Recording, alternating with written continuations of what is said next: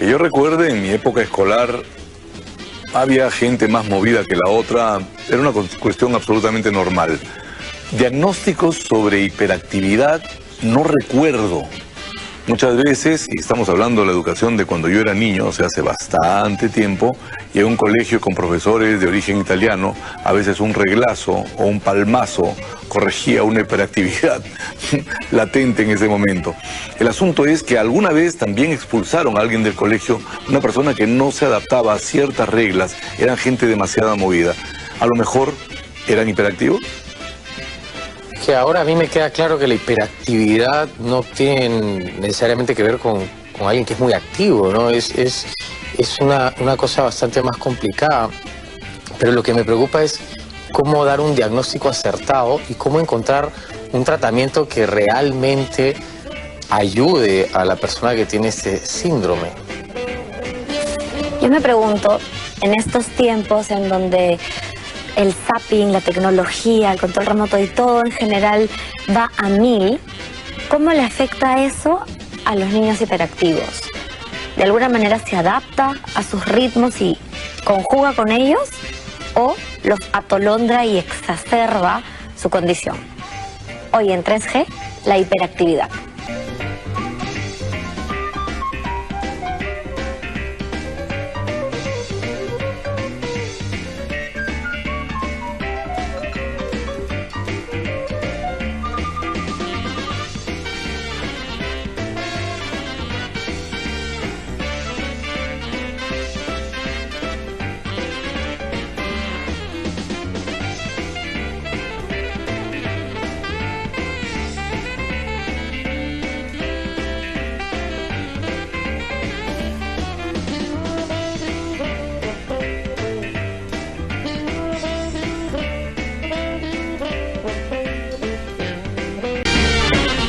Hola, ¿cómo están? Bienvenidos a 3G. Hoy día vamos a reflexionar e indagar un poco en el tema de la hiperactividad. Es una palabra que hemos escuchado muchísimo, que seguramente usamos bastante, pero de la que en realidad conocemos poco. Es un diagnóstico la hiperactividad. Ahora, lo usamos muchas veces para calificar a una persona que es muy inquieta. ¿Es eso la hiperactividad? Bueno, ahora lo vamos a descubrir en este programa. Para empezar, les vamos a presentar a nuestra primera invitada.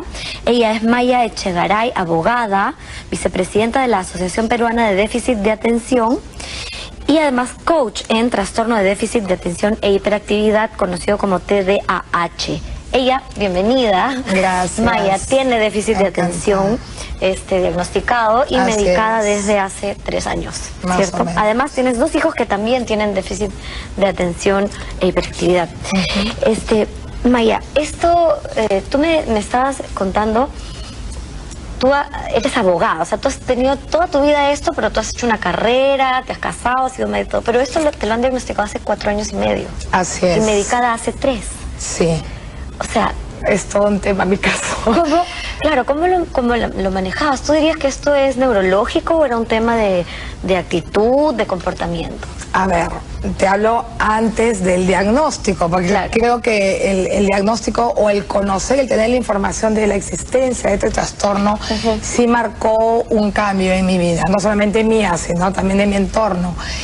Y hasta ese entonces sí yo me concebía como una persona muy dispersa, que sí sabía que no había tenido un objetivo determinado en la vida, que si mañana aparecía algo yo podía hacerlo, me sentía totalmente válida, pero yo no tenía una decisión de decir yo quiero ser esto en mi vida, digamos. Eso era algo muy remoto, muy impensable. O sea, pensabas que era cuestión de actitud.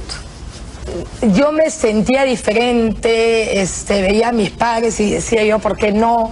No, pero de verdad que era difícil. Yo me pasé muchos años, te hablo cuando tenía entre los 20 y los 30, pensando que no había tenido una madre que me condujera, que me dijera, esto es así, como que... de crianza. Sí, como que inconscientemente buscaba que alguien de fuera pudiera realmente alinearme de alguna forma, ¿no? La suerte que tuve es que académicamente fui muy buena siempre en el colegio, tuve 2 carreras universitarias y en fin, seguí estudiando y todo lo terminaba, pero sin embargo yo recuerdo que mi madre cuando me despierta para ir a dar un examen en la universidad me dice, yo no sé para qué te despierto, porque como tú nunca estudias, nunca vas a entrar a ningún lugar. Y recuerdo que como yo era muy oposicionista, decía, ahora vas a ver tú quién soy yo. Pero en realidad yo me entregaba el examen, claro, que no había estudiado, era cierto, pero tenía una manera diferente de estudiar, que no era sentada con un libro, ¿no? Claro, propio estilo. Entonces, cuando llega el tema del diagnóstico, yo estaba un poco agotada porque no era por mí, era por mi hijo, que yo veía que tenía una serie de condiciones distintas. Y en realidad me pasé 7 años buscando una respuesta a esto hasta que llegué donde alguien que era un médico y me comienza a escribir todo esto y decía, no estoy loca, ¿no? Porque me habían dicho de todo en tanto tiempo. Claro. Qué fuerte. Uno se asusta, pues. Voy a presentarles a nuestra siguiente invitada. Ella es Carla Sandoval, es psicóloga clínico-educacional, se especializa en el déficit de atención con hiperactividad, en el síndrome de Tourette y en el síndrome de Asperger y autismo también. Desde hace 3 años que realiza talleres en donde desarrolla habilidades sociales para personas con estos síndromes. ¿Qué tal, Carla? Carla, ¿cómo podemos identificar a una persona hiperactiva? ¿Cuál es su perfil? Bueno, generalmente, como ya habíamos comentado, el trastorno se llama déficit de atención con hiperactividad, ¿no? Que en algunos casos se da de tipo combinado, ¿no? Déficit atencional con hiperactividad o solamente déficit de atención, ¿no? ¿Cómo nos damos cuenta que un niño es hiperactivo? Cuando el niño generalmente es como si tuviera un motor dentro de él, ¿no? Está en constante movimiento, no para, no puede estar sentado mucho tiempo cuando es muy pequeño y obviamente le va a costar cuando está en el colegio atender una clase de 45 minutos escuchando a la profesora, ¿no?